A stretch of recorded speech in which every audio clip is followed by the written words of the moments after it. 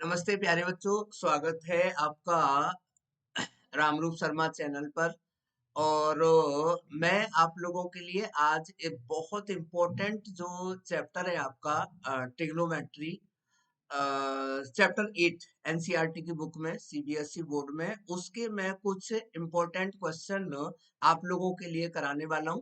और ये जो क्वेश्चन है वो दोनों मैथमेटिक्स में आ सकते हैं, यानी कि बेसिक मैथमेटिक्स में भी आ सकते हैं और स्टैंडर्ड मैथमेटिक्स में भी आ सकते हैं।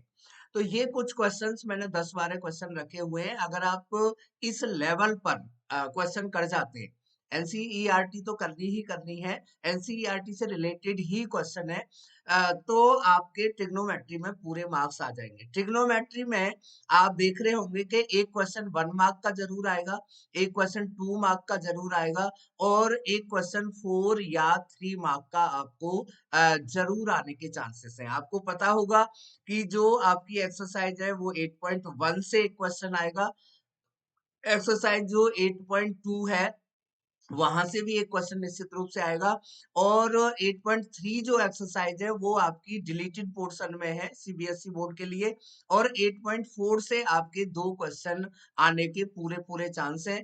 तो कौन कौन से क्वेश्चन आ सकते हैं, किस टाइप के क्वेश्चन आ सकते हैं, वो आप अच्छी तरीके से देख लीजिएगा। मैं क्वेश्चन भी लेकर आया हूँ और उनका सॉल्यूशन भी मैं आपको कराऊंगा। और अगर आपको कोई भी डाउट हो तो आप कमेंट सेक्शन में कमेंट करके आप बता सकते हैं। और कोई और चैप्टर आपको पढ़ना हो या कोई और एक्सरसाइज आपको करनी हो तो उसे भी आप कमेंट सेक्शन में बता सकते हैं। बच्चों, ये बिल्कुल फ्री आप लोगों के लिए वीडियो है।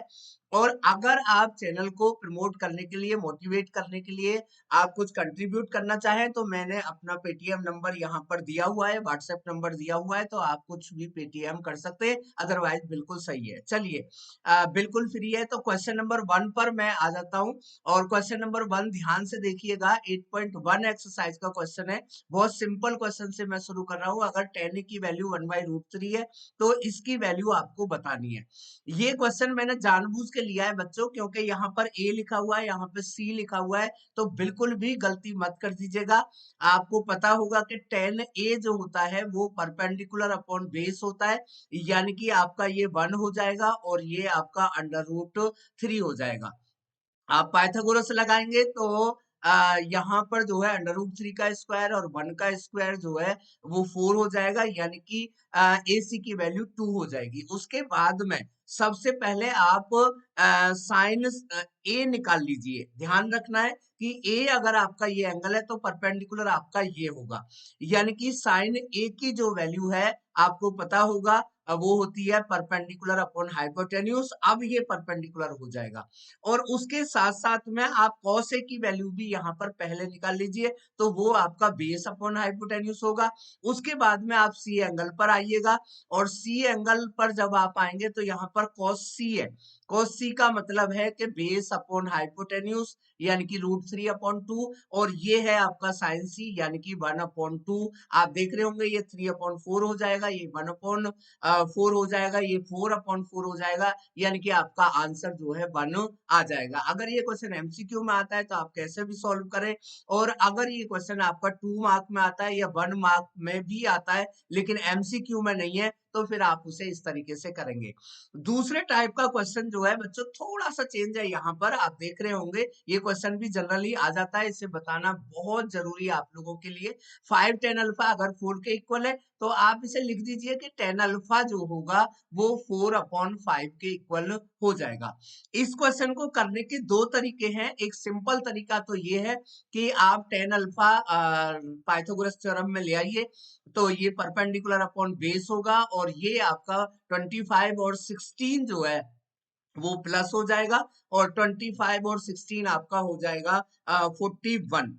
ठीक है, समझ रहे होंगे आप। और उसके बाद में आप साइन अल्फा कॉस अल्फा की वैल्यू पुट कर दें तो आंसर आपका 6 आ जाएगा। दूसरा जो तरीका है बच्चों वो बहुत सिंपल है, इसे आप कर लें तो ज्यादा अच्छा रहेगा।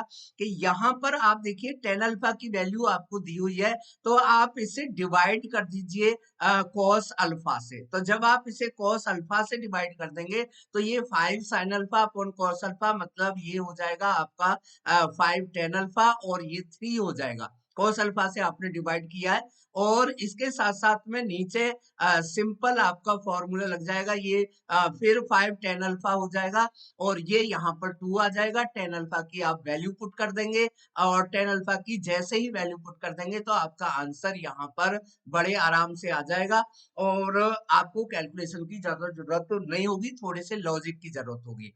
चलिए, यहाँ पर मैंने क्वेश्चन दिया है, ये भी आपको क्वेश्चन आ सकता है।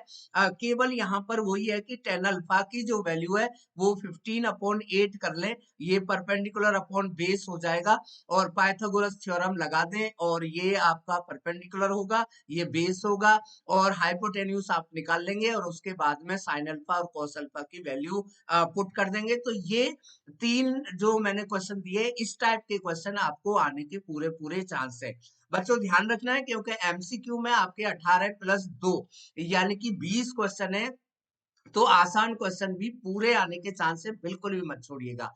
अब मैं आ जाता हूं यहाँ पर एक्सरसाइज 8.2 पर। तो ये तो सिंपल ही क्वेश्चन है, ट्रिग्नोमेट्रिक टेबल आपने बनानी आती होगी, अगर नहीं बनानी आती तो हमारे चैनल पर बनाने के लिए वीडियो बताई हुई है। तो यहाँ पर सिंपली वैल्यू आप पुट कर दें, cos 30 की वैल्यू √3/2 है, sin 60 की वैल्यू भी √3 होगी, और यहाँ पर जो है cos 60 की वैल्यू 1/2 होगी, और ये भी 1/2 होगी। कभी कभी बच्चों ध्यान रखिएगा, एलसीएम से ज्यादा बेहतर होता है कि आप थोड़ा सा वैदिक मैथमेटिक्स लगाएं। तो यहाँ पर जो है ये √3/2 हो जाएगा 2√3/2, और यहाँ पर 1 और 1 हाफ और हाफ 1 हो जाएगा, 1 और 1 2 हो जाएगा। तो आप देख रहे होंगे कि यहाँ पर सीधा सीधा आंसर आपका आ जाएगा। तो कभी कभी क्या होता है कि एलसीएम लेने में बच्चे गलती कर देते हैं, होनी नहीं चाहिए। इस टाइप का क्वेश्चन भी आपका आ सकता है, एक्स की वैल्यू फाइंड आउट करनी है, तो सिंपली आप जो है sin 2x इक्वल टू इनकी वैल्यू पुट कर दें। sin 60 की वैल्यू आपको पता होगा √3/2 होती है, cos 60 की वैल्यू भी cos 30 की वैल्यू भी √3/2 होती है, और cos 60 की वैल्यू 1/2 होती है, और ये भी 1/2 होती है। तो ये 3/2 हो जाएगा, और ये 1/4 हो जाएगा। आप एलसीएम ले लेंगे, तो एलसीएम आपका हो जाएगा 4, तो 6 - 1 यानी कि 5/4 हो जाएगा।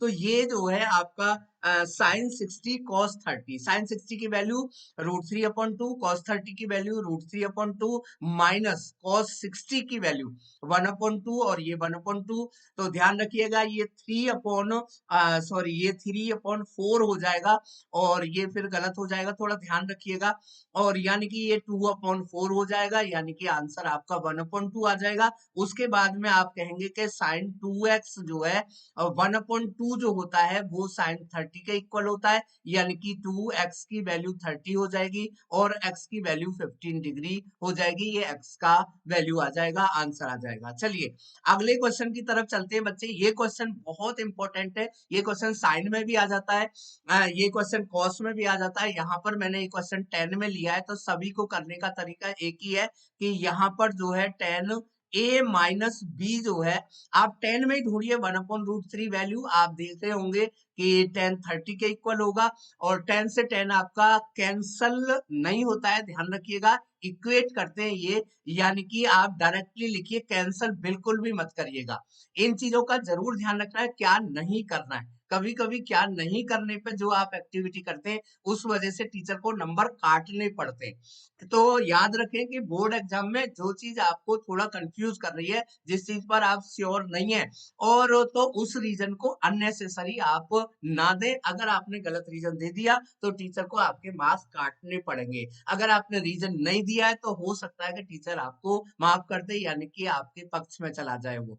तो मेरी इस बात को जरूर ध्यान रखिएगा। दूसरा, अगर 10 a+b पर आए तो a+b जो है आपको पता होगा, ये tan 60 की वैल्यू है, तो डायरेक्टली आप 60 रख सकते हैं। अब ये दो equation linear equation and 2 variable की तरीके से सॉल्व हो जाएंगी। आप देख रहे होंगे कुछ भी करने की जरूरत नहीं है, दोनों को ऐड कर दीजिए, यानी कि 2a की वैल्यू 90 होगी, और a की जो वैल्यू है वो 45 डिग्री हो जाएगी, और a की वैल्यू अगर आप यहाँ पर पुट कर देंगे, प्लस वाले में पुट करें, अपने आप अपने सिर पर कुल्हाड़ी ना मारें बच्चों, है ना। माइनस वाले में करोगे तो मैंने देखा है ज्यादातर बच्चे माइनस में कंफ्यूज हो जाते हैं, तो बचिए अगर जहां तक बचा जाए तो यानी कि जो बी की वैल्यू है वो 60 माइनस 45, यानी कि आपका आंसर आ जाएगा 15 डिग्री। तो इस तरीके का क्वेश्चन आने के पूरे पूरे चांस है। एक्सरसाइज आपकी जो 8.2 है उसमें भी जो लास्ट क्वेश्चन है वो इसी तरीके का है। अब बच्चों आ गई है आपकी सबसे इंपॉर्टेंट एक्सरसाइज जो 8.4 है। बच्चे अक्सर बचते हैं, बचे बिल्कुल भी नहीं। एनसीईआरटी के अगर सारे क्वेश्चन कर लेते हैं आप और उसके एग्जाम्पल भी कर लेते हैं तो आपके क्वेश्चन आने के पूरे पूरे चांस है। पहला क्वेश्चन मैंने लिया है बच्चों इस तरीके का, तो आप देख रहे होंगे टेन साइन में ये क्वेश्चन है और हमें प्रूफ जो है वो सेक में लाना है। इसका मतलब है कि हमारे पास जो सामान है वो अलग तरीके का है और जो हमें चाहिए वो अलग तरीके का है, तो इसका मतलब हमें इसको तोड़ फोड़ करना पड़ेगा। यानी कि आप लेफ्ट हैंड साइड लीजिए और टेन थीटा को साइन अपॉन कॉस लिख दें और साइन थीटा को बेचारे को कुछ भी ना लिखें, और इसी तरीके से इसे भी sine theta upon cos theta लिखें और इस साइन थीटा को तोड़ फोड़ में ना करें। ध्यान रखें, कोशिश करें। जनरली ऐसा होता है कि साइन और कॉस को ना छेड़ने से ही क्वेश्चन हो जाता है। अब जैसे मैं आपको पहले भी बता चुका हूं, फिर दोबारा बता रहा हूं कि हर वक्त आप अपनी राइट हैंड साइड पर ध्यान रखिएगा। आप सोचिएगा कि यार यहाँ पर क्योंकि अगर कॉमन कुछ चीज आ रही है तो सबसे पहले उसका टूट के पढ़िएगा बच्चों। कॉमन कुछ आ रहा है, कोई आइडेंटिटी लग रही है अलजेब्रा की या ट्रिग्नोमेट्री की आइडेंटिटी लग रही है या एलसीएम की जरूरत पड़ रही है या रैशनलाइज की जरूरत पड़ रही है, इन चीजों से ही आपका क्वेश्चन हो जाता है। तो अगर हम ध्यान दें तो यहाँ से साइन थीटा आपको कॉमन दिखाई दे रहा होगा, तो ये हो जाएगा 1/cos θ-1, और यहाँ भी साइन थीटा कॉमन है तो 1/cos θ, ऊपर प्लस है तो प्लस रख दीजिए और नीचे माइनस है तो माइनस रख दीजिएगा। बच्चों ध्यान रखना है, ट्रेंड का अगर आप ध्यान रखेंगे तो आपका क्वेश्चन आसान हो जाएगा, और अगर आप मेहनत करते रहे तो 8.4 कभी कभी धोखा दे देती है। साइन थीटा से साइन थीटा कट गया, अब आपको कुछ भी नहीं करना है। अब आप एलसीएम मत लेने लगना, 1/cos जो है वो sec थीटा +1 हो जाएगा